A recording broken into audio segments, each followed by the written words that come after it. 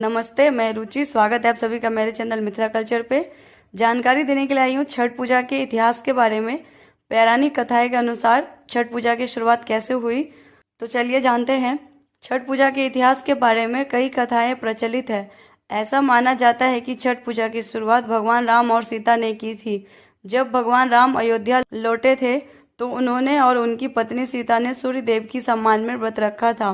एक और कथा के मुताबिक राजा प्रियव्रत निसंतान थे। महर्षि कश्यप ने संतान प्राप्ति के लिए पुत्रेष्टि यज्ञ कराया था। इस यज्ञ में आहुति के लिए बनाई गई खीर राजा प्रियव्रत की पत्नी मालिनी को खाने के लिए दी गई थी। इसके बाद राजा प्रियव्रत ने कार्तिक मास के शुक्ल पक्ष की षष्ठी तिथि को विधि विधान से माता का व्रत किया और उन्हें पुत्र प्राप्त हुआ। एक और कथा के मुताबिक सूर्य पुत्र कर्ण ने सबसे पहले छठ पूजा की थी। कहा जाता है कि कर्ण भगवान सूर्य के परम भक्त थे और वह रोज घंटों तक पानी में खड़े होकर उन्हें अर्घ देते थे।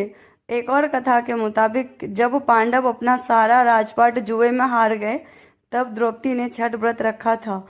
तब उनकी मनोकामनाएं पूर्ण हुई और पांडवों को उनका राजपाट वापस मिला। छठ पूजा बिहार में ही क्यों मनाया जाता है, चलिए जानते हैं। किसी भी त्योहार का परंपरा की शुरुआत स्थान विशेष और सांस्कृतिक विशेष से ही होता है और धीरे धीरे कई बार वो अन्य संस्कृति को भी प्रभावित करते हैं और उनके अभिन्न तत्व बन जाते हैं। जैसे डांडिया को ही देखिए या फिर बंगाल का दुर्गा पूजा देखिए, आज पूरे देश में फैल चुका है। इसी तरह छठ पूर्वांचल, बिहार, यूपी के कुछ भोजपुरी भाषा क्षेत्र और मध्य नेपाल का समतल इलाके का त्योहार है जिसे हम लोग मनाते हैं। लेकिन आज छठ से बाकी जगह की स्थानीय संस्कृति प्रभावित हुई है और बंगाल, गुजरात, राजस्थान, दक्षिण भारत और विश्व के कई देशों में इसका प्रचार प्रसार हो चुका है और लोग छठ पूजा को अपना रहे हैं। छठ पूजा नदियों के घाटों के साफ सफाई से जुड़ा हुआ है।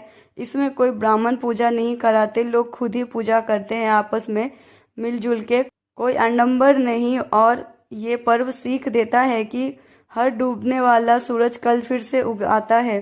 छठ प्रकृति से जुड़ा हुआ पर्व है और इसका कोई नुकसान नहीं है बल्कि लाभ ही लाभ है।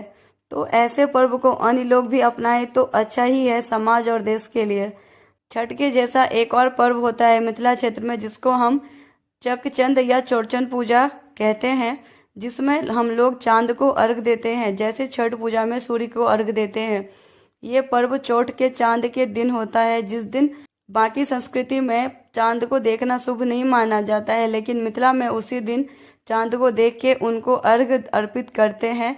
लेकिन ये लोग पर्व अभी छठ जैसा प्रसिद्ध नहीं हो सका है, आने वाले टाइम में हो जाए। छठी मैया किसकी पुत्री थी?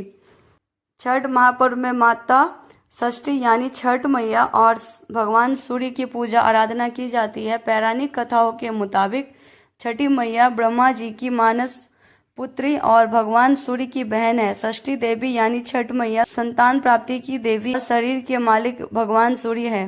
बच्चे की छठी रात क्यों मनाई जाती है? छठी माता से बच्चों की दीर्घायु और उज्जवल भविष्य के लिए इस दिन पूजन करते हैं कि मानता है कि छठी पूजन की परंपरा त्रेता युग से चली आ रही है। त्रेता युग में जब भगवान राम का जन्म हुआ था तो उनके जन्मों के छठे दिन समारोह मनाया गया था। वही परंपरा आज कलयुग में भी मनाई जाती है। यही कुछ जानकारी थी मेरे पास जो मैंने आप सभी को बताया है। मेरे चैनल के माध्यम से वीडियो आप लोगों को पसंद आता है तो लाइक कीजिए, सब्सक्राइब कीजिए, शेयर कीजिए। हैप्पी छठ पूजा। जय मिथिला, जय मैथिली।